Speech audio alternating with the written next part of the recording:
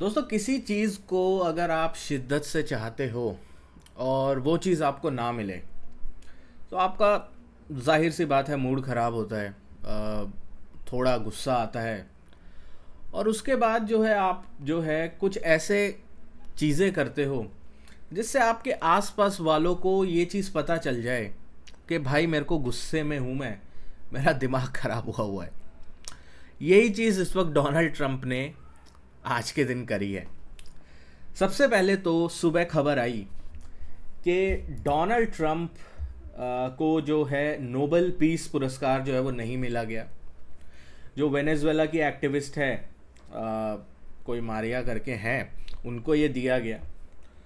उसके बाद हलचल थी कि डोनाल्ड ट्रंप की तरफ से कुछ एक्शन लिया जा सकता है, कुछ बोला जा सकता है। ये अराउंड दोपहर के टाइम पे खबर आई थी कि डोनाल्ड ट्रंप को नोबेल पीस पुरस्कार नहीं दिया गया। उसके बाद रात को डोनाल्ड ट्रंप ने कुछ ऐसा करा कि यूएस के बाजार हजार पॉइंट नैस्डैक और डाउ गिरे। अगर मैं एशिया की बात करता हूं तो जापान लगभग 6.25%, हैंगसेंग 5.5%, चाइना लगभग 5% जो है वो गिरा है। चार्ट पे हम लोग एक ब्रेकआउट पैटर्न बनाने की तैयारी कर रहे थे और डोनाल्ड ट्रंप की तरफ से ये खबर क्या इम्पैक्ट डाल सकती है, किस तरीके से सारी चीज़ें हम लोग एसेस कर सकते हैं और क्या हमारा प्लान रह सकता है, सारी चीज़ें इस वीडियो में डिस्कस करने वाले हैं। दोस्तों, वीडियो शुरू करने से पहले चैनल को सब्सक्राइब कीजिएगा, बेल आइकन को दबाइएगा और इस वीडियो का लाइक हम रखते हैं लगभग 1500 लाइक्स। तो चलिए अब ज़्यादा टाइम वेस्ट ना करते हुए वीडियो को शुरू करते हैं। देखिए, सबसे पहली चीज़ हम लोग जो एक अपडेट मैं आपको देना चाहूँगा कि काफ़ी सारे लोगों का मैसेज आ रहा था कि टेलीग्राम ग्रुप वो ज्वाइन नहीं कर पा रहे। एक्चुअली टेलीग्राम में कुछ हमारे लिंक में गड़बड़ आ रही है, मतलब लिंक जो है वो सही से काम नहीं कर रहा। हमारी टेलीग्राम टीम से बात चल रही है, जल्दी उस इशू को सॉर्ट करके आपके लिए टेलीग्राम ग्रुप वापस जो है वो किया जाएगा। ठीक है। बाकी अभी अगर मैं बात करूं तो डोनाल्ड ट्रंप ने रात को बहुत बड़ा बम फोड़ा है यूएस मार्केट, ग्लोबल मार्केट्स और क्रिप्टो मार्केट के ऊपर। क्रिप्टो मार्केट में कल के दिन हाईएस्ट एवर लिक्विडेशन जो है वो हुआ है। ठीक है, लगभग around 9.4 billion dollars of crypto liquidation जो है कल के दिन हुआ है और कोविड क्रैश से भी बड़ा लिक्विडेशन कल के दिन हुआ है। ठीक है, अब कोविड से बड़ा इवेंट तो कल था नहीं, ऐसा कुछ बहुत बड़ा जो है इवेंट था नहीं। ठीक है, मतलब कोविड जितना बड़ा तो खैर था ही नहीं, लेकिन ये आपको दिखा रहा था कि ट्रेडर्स जिस तरीके से मार्केट वन साइडेड चल रहा था, बस किसी एक ख़राब खबर का इंतज़ार कर रहे थे और वो ख़राब खबर जैसे ही उनको मिली उन्होंने मार्केट में अपनी पोजीशन खाली करना शुरू कर दिया। अब एक ख़राब खबर क्या है? डोनाल्ड ट्रंप की तरफ से अनाउंस किया गया कि वो 100% टैरिफ जो है चाइना के ऊपर लगाएंगे। ठीक है, एडिशनल 100%। ठीक है, एडिशनल 100%। अभी चाइना के ऊपर अराउंड 30% के आसपास इन्होंने टैरिफ कर दिया था, तो 130% के आसपास टैरिफ जो है वो चाइना के ऊपर लगेगा। डोनाल्ड ट्रंप ने जो अगले हफ्ते उनकी मीटिंग होनी थी शी जिनपिंग जो चाइना के प्रेसिडेंट है उनके साथ, वो मीटिंग कैंसिल कर दी और चाइना के ऊपर आरोप लगाया कि चाइना जो है वो रेयर अर्थ मेटल को लेकर बहुत ज़्यादा एग्रेसिव स्टांस रखे हुए है, इस वजह से मैं ये कर रहा हूँ। ठीक है, अब कितना भी आप इस चीज़ को नज़रअंदाज करने की कोशिश करें कि टाइमिंग जो है वो सिर्फ कोइंसिडेंशियल है, बट जिस दिन डोनाल्ड ट्रंप को नोबेल पीस पुरस्कार नहीं दिया गया उसी दिन शाम को उनकी तरफ से ये स्टेप लेना क्लियरली ये दिखाता है कि डोनाल्ड ट्रंप जो है इस वक्त थोड़े नाराज़ हैं। अगर थोड़े सही शब्दों में बोला जाए तो थोड़े नाराज़ हैं और इस नाराज़गी का इम्पैक्ट अब ग्लोबल मार्केट्स पे है। गिफ्ट निफ्टी 200 पॉइंट नीचे है, एशिया बहुत बुरी तरीके से डाउन है। अगर हम देखें यूएस मार्केट तो वहाँ पे कमज़ोरी है। तो ओवरऑल बाज़ार थोड़ा दिक्कत भरा अभी के लिए चलता हुआ दिख रहा है। अब इस दिक्कत भरे बाज़ार में हम लोग क्या प्लान कर सकते हैं? ठीक है, सबसे पहले हम लोग डेली चार्ट्स के ऊपर मैं आया हूँ और डेली चार्ट के ऊपर आके मैं एक लेवल जो है आपके लिए मार्क कर रहा हूँ जिसके हम लोग मोस्ट प्रोबेबली नीचे खुलने वाले हैं। ये लेवल है पहला 25,150।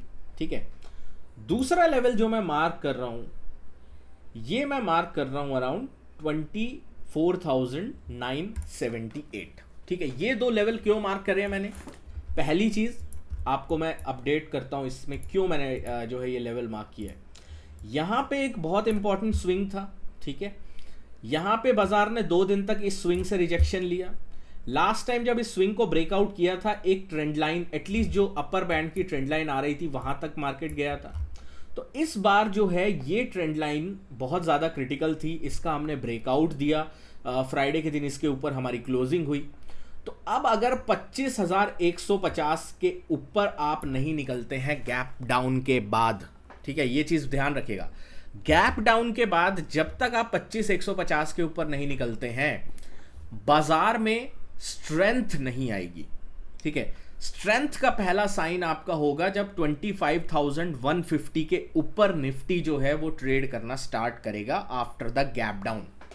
अब गैप डाउन कितना भी हो वो अलग एक सिनेरियो है, ठीक है, बट जब तक 25,150 के ऊपर नहीं निकलता है गैप डाउन के बाद, मैं जो है बाजार में स्ट्रेंथ एक्सपेक्ट नहीं कर रहा हूं। दूसरी चीज, अब ये दूसरा लेवल हमने क्यों मार्क किया है? दूसरा लेवल हमने इसलिए मार्क किया है क्योंकि ये जो है एक क्रिटिकल सपोर्ट है। ये क्रिटिकल सपोर्ट क्यों है? क्योंकि लास्ट टाइम अगर आप देखो, यहाँ पे इस कैंडल पे, यहाँ पे जो है रिजेक्शन, यहाँ पे विक, इधर जो है एक पैटर्न, यहाँ पे जब ब्रेकडाउन हुआ तो एक अच्छा खासा मूव। मेरे लिए 24,975 एक मेक और ब्रेक सपोर्ट बाजार के लिए हो सकता है फॉर मंडे। अगर गैप डाउन के बाद ये बाजार 24,978 के नीचे ट्रेड करना स्टार्ट कर देता है, देन ये वीकनेस इंक्रीज हो सकती है और पोजिशनली ये बाजार दोबारा से 24,600 की तरफ जा सकता है।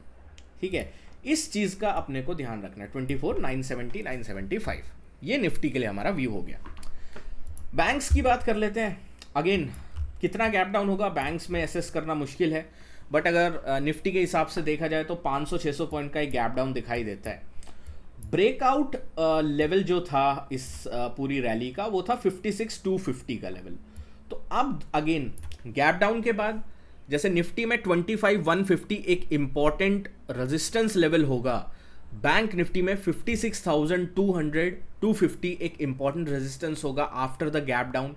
अगर इस गैप डाउन के बाद निफ्टी जो है बैंक निफ्टी जो है 56,250 के ऊपर सस्टेन करता है, तभी हम लोग कोई लॉन्ग सेटअप के बारे में सोच सकते हैं।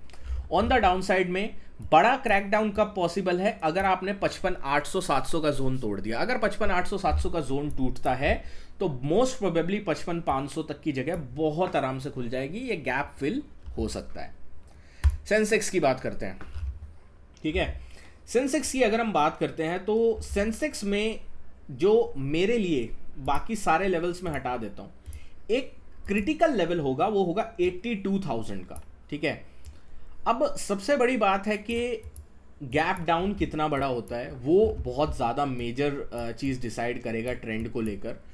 अगर आप ट्रेडर हैं, आप पोजीशन कोई कैरी करके नहीं गए हैं, तो मोस्ट लाइकली आप यही चाहेंगे कि गैप डाउन ज़्यादा बड़ा ना हो, ठीक है, ताकि आप पोजीशन बना पाए। बट अगर आप कैरी करके गए हैं, आप तो चाहते हो यार ये तो 500-600 पॉइंट नीचे खुले, मेरा पैसा बने, मैं बाहर हूँ, तो वो आपकी अपनी पर्सनल एक व्यू हो सकता है।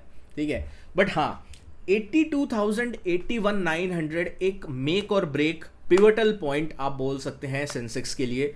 अगर गैप डाउन इसके नीचे होता है और ये इसके नीचे सस्टेन करता है, ठीक है, मतलब गैप डाउन होने के बाद 81,900, 82,000 के ऊपर ये बाजार नहीं निकल पाता है, तो हम लोगों को दिक्कत हो सकती है। एंड देन मोस्ट प्रोबेबली 81,300, 250 की तरफ ये बाजार दोबारा से आ सकता है, क्योंकि अगर ये सिचुएशन सॉर्ट आउट नहीं होती है, ठीक है, ये सिचुएशन अगर सॉर्ट आउट नहीं होती है before the Monday session occurs, Monday को जब बाजार शुरू होगा उससे पहले कोई सिचुएशन इसमें बेहतरी नहीं आती है, तो that is definitely going to impact जो है बहुत सारी चीज़ों को, और स्पेशली एशियन मार्केट्स अगर डाउन होंगे तो वो गिफ्ट निफ्टी के ऊपर ऑलरेडी प्रेशर क्रिएट करेंगे।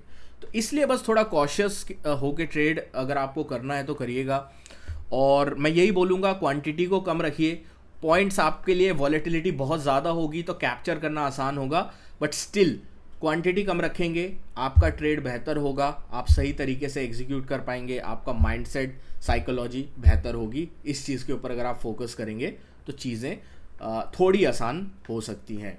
दोस्तों आशा करता हूँ वीडियो आपको पसंद आई होगी। वीडियो पसंद आए तो वीडियो को लाइक कीजिएगा। मिलता हूँ आपसे नेक्स्ट वीडियो में। Thank you so much for watching guys. जय हिंद, वंदे मातरम।